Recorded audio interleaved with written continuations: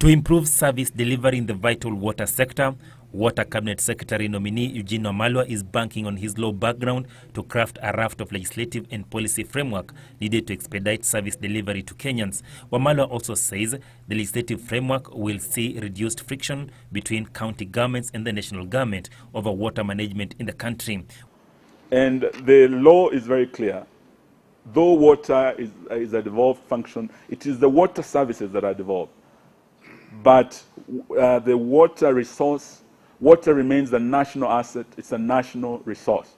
So there has to be a complementarity between the national government and the county government. Wamalwa says if appointed, he will give priority to the irrigation sector to ensure increased acreage of land under irrigation. His first stop, he says, will be the Galana irrigation project, albeit to achieve the Jubilee Manifesto and ensure food security in the country.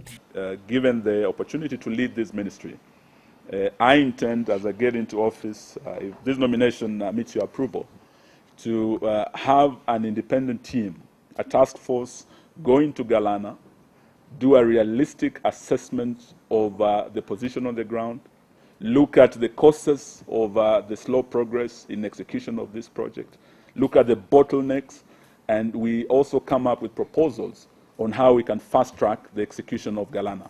I believe, Honorable Chair, with proper strategies and with proper planning in terms of giving water to this area, we can be able to grow the maize, and we do not have to import maize if we are able to bridge the gap of the 10 million bags deficit, national deficit.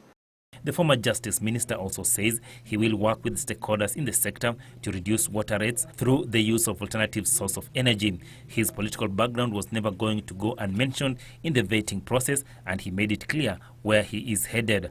As part of the many Kenyans who had presidential aspirations before the last general election, and we were quite a number, Honorable Chair, but at one point the former Prime Minister did tell us that there are only two horses in this race, the rest of you are pundas.